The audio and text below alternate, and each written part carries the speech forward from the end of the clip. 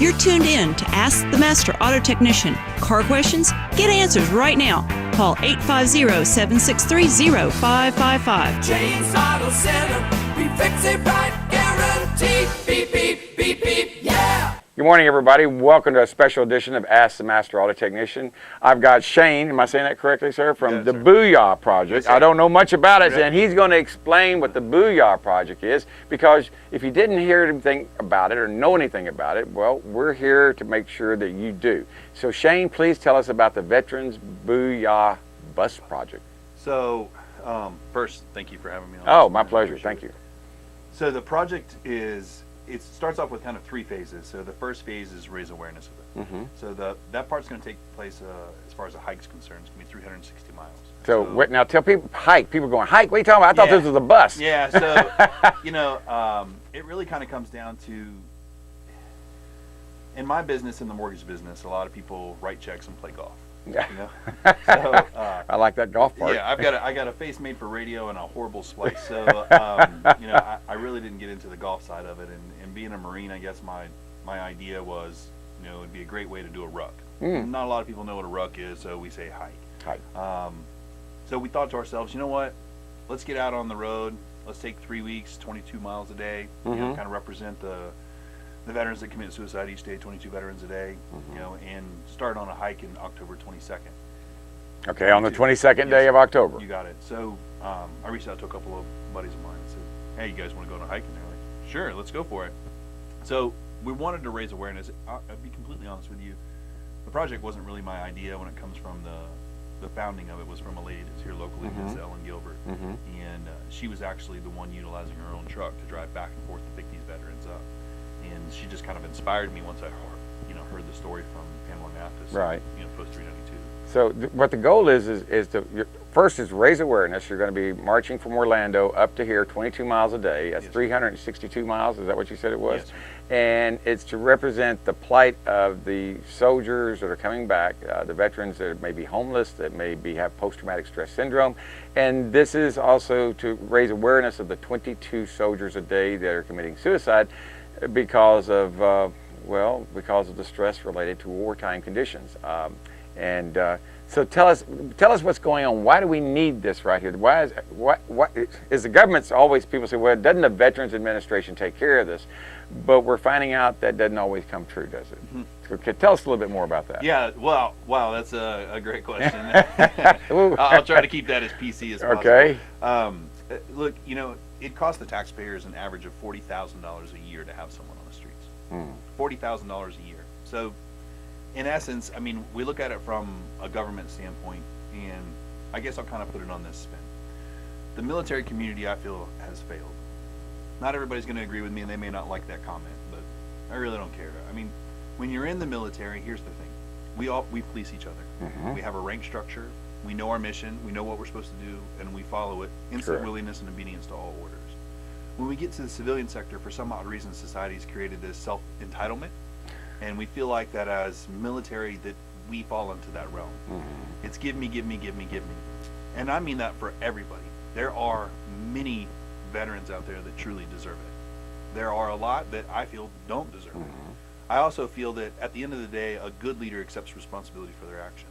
And as leaders, being NCOs and above, we've failed that system. When we've gotten out, what we've done is we've blamed everyone else but ourselves.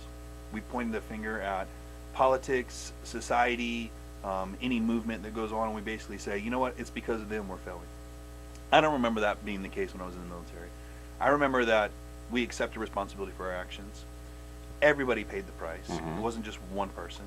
And then we all bucked up, got together, and we made it happen. We learn from our mistakes and move forward. Yes, sir. So I think really what it comes down to is that I'm not going to ask a politician to do anything.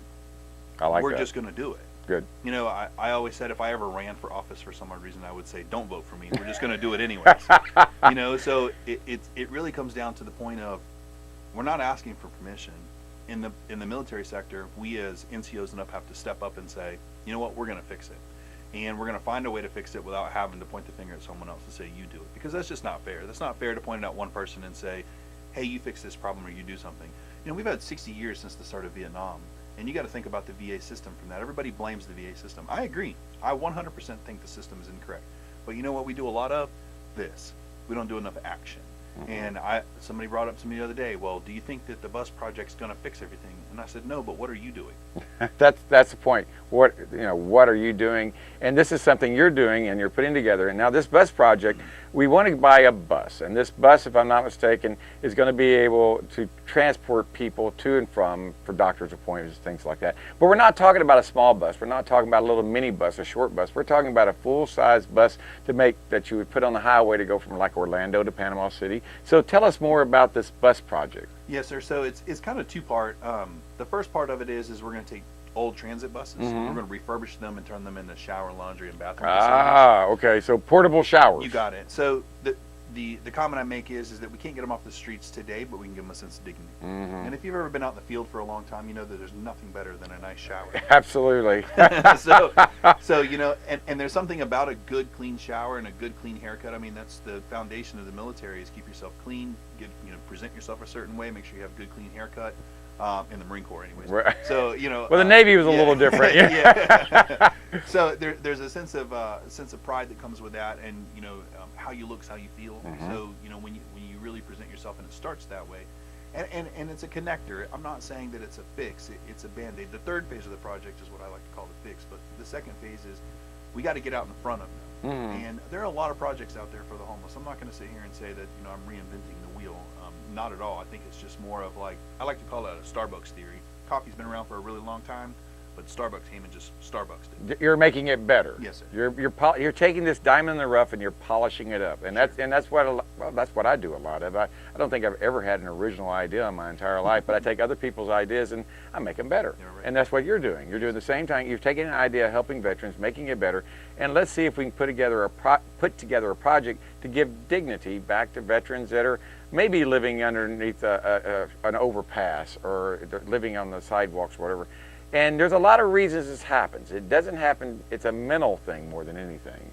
And that's one of the things we don't address in America. It seems to be a mental issues that are in America. And we have a lot of people that are coming back from, Vietnam era, Iraq era, Afghanistan. These people seen things that, you really wouldn't believe what they've seen.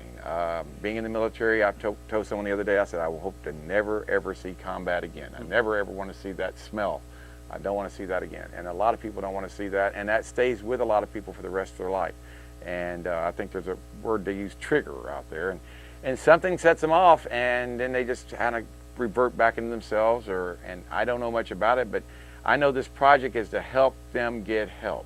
And charity begins at home. This begins from private industry. This isn't from the government. You're not getting any government monies from this. No, sir. And we need all the money we can get to make this happen.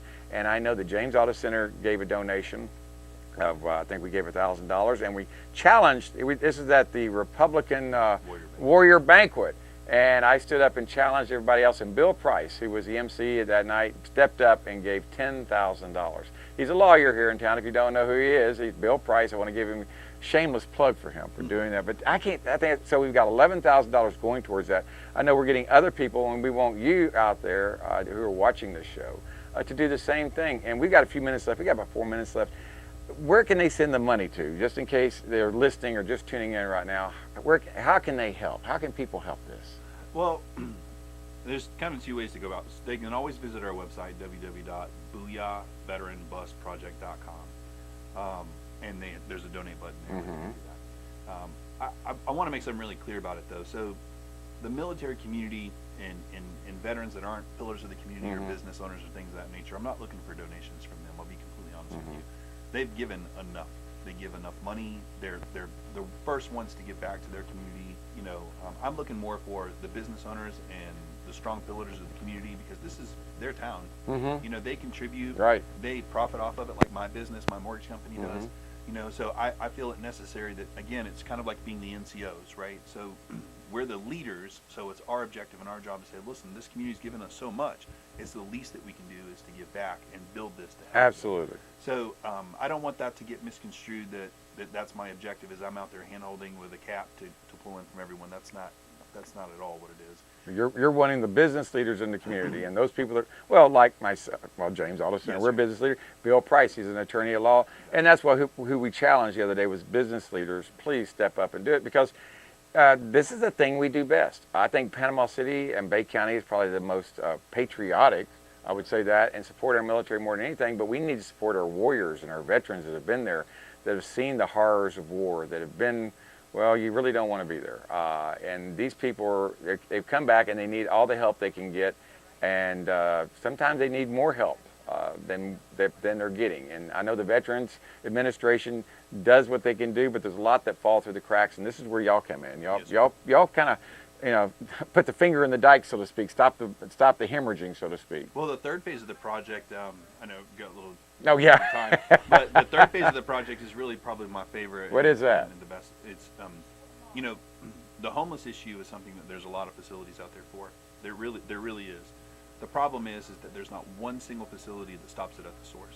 Mm-hmm. Meaning that when these guys and gals get ready to get out, they have nowhere to go. That's true. And I was actually watching a short series last night called Quarry, and it was about a Vietnam veteran that had come back. He was a Marine, and he came back, and he was deciding on regular life or going back to the military life. And it was just kind of interesting as I was watching it last night, and it really made me think about our third phase of our project. Was when they get out, they have nowhere to go. They're 13 weeks to be a Marine, soldier or sailor, and they have no direction. Mm-hmm. So my 13-week project is that we're hoping right now to purchase 700 acres in Central Florida, and we want to convert it into a complete 100% military community. Almost like the villages down there, but for civilians. I mean, but for not civilians, for veterans. For veterans, but the difference of it is to teach them to be business owners, financial advisors, loan officers, real estate agents, business leaders. Mm-hmm. I mean, it's not the normal position where they go in and they find some correctional officer or police officer. That's not the objective here. The objective is to take these guys and teach them to be business owners. Entrepreneurship. Yes, sir. What we want to do is, somebody very wise, I guess, told me when I was a kid one day, always remember that someone writing you a paycheck is them determining how much you're worth. That's right. It's basically making you a slave to them. But when you own your own business and you write your own paycheck, you determine how much you're worth. That is so true. That's one of the reasons I went into business 36 years ago. Matter of fact, September 20th, it'll be 36 years I've been in business. It really comes down to having that sense of independence. Yes, it does. And leading from the front, right? It is, and that's what we lead by example.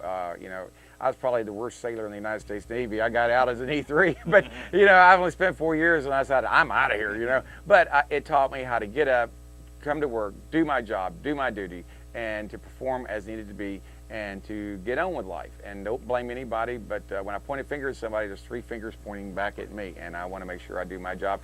And I want the community leaders in this town, please step up and help the BooYah Project. And what was that email address again? It's www.booyahveteranbusproject.com. All right. Thank you. We'll be right back. I think we got car questions. We're at Jeb calling in a minute with his 1992 Mitsubishi 3000. That's a V6. We'll be right back. James Auto Center, we fix